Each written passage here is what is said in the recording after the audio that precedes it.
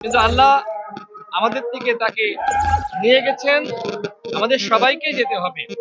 যে আপনি পৃথিবীতে যে ভালো কাজ করবেন, মানুষের জন্য কল্যাণকর কাজ করবেন, সেটি আপনার পরকালের জন্য পুঁজি।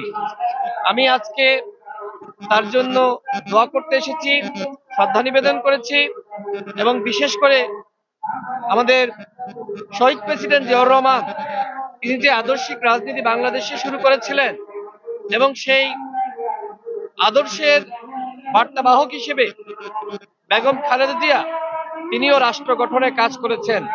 এখন জনাব তারেক রহমান বাংলাদেশে পরিবর্তন এবং সংস্কারের রাজনীতি, এবং তিনি ইতিমধ্যে বলেছেন তার যে পরিকল্পনা রয়েছে সেই পরিকল্পনার সারথি হিসেবে আমাদের সবাইকে কাজ করতে হবে।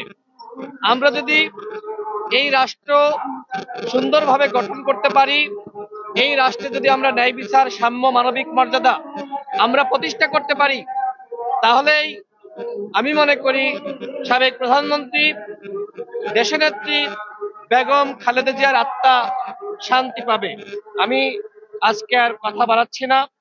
আমরা যাকে হারিয়েছি তাকে আর কখনোই আমরা ফিরে পাবো না, কিন্তু তার যে আদর্শ, তার যে চেতনা, তিনি যে দিক নির্দেশনা দিয়েছেন, যেভাবে বাংলাদেশে জাতীয়তাবাদের রাজনীতির হাল ধরেছিলেন, এখন আমাদের সবাইকে জনাব তারেক রহমানকে সহযোগিতা করার মধ্য দিয়ে বাংলাদেশকে একটি নতুন রাষ্ট্র হিসেবে আমাদের গড়ে তুলতে হবে।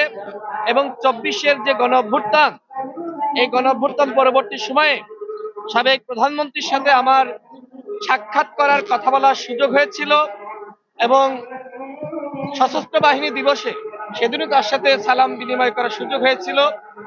এই স্মৃতি আমি আজীবন ভুলব না, এবং তার যে আদর্শ ছিল সেই আদর্শ ধারণ করে বাংলাদেশে যিনি সংস্কারের কথা বলছেন, পরিবর্তনের রাজনীতি করছেন, এবং তার যে পরিকল্পনা, সেই পরিকল্পনা বাস্তবায়নে জনাব তারেক রহমানের হাতকে শক্তিশালী করার জন্য এদেশের জনগণকে এগিয়ে আসতে হবে, এদেশের তারুণ্যকে এগিয়ে আসতে হবে। আজকে এখানে আপনারা যারা এসেছেন, আপনাদের সবার কাছে আমার প্রার্থনা থাকবে, দেশবাসীর কাছে আমার প্রার্থনা থাকবে, আপনারা আমাদের সাবেক প্রধানমন্ত্রী দেশনেত্রী বেগম খালেদা জিয়ার জন্য আল্লাহর কাছে দোয়া করুন। আপনারা শহীদ প্রেসিডেন্ট জিয়াউর রহমানের জন্য আল্লাহর কাছে দোয়া করুন। আপনারা জনাব তারেক রহমান সহ বিএনপির নেতৃবৃন্দের জন্য দোয়া করুন। আমরা যাতে একসাথে কাজ করতে পারি, রাষ্ট্র পুনর্গঠনে সাবেক প্রধানমন্ত্রীর আদর্শ মেনে আমরা একসাথে একতাবদ্ধ হয়ে লড়াই করতে পারি। আসসালামু আলাইকুম।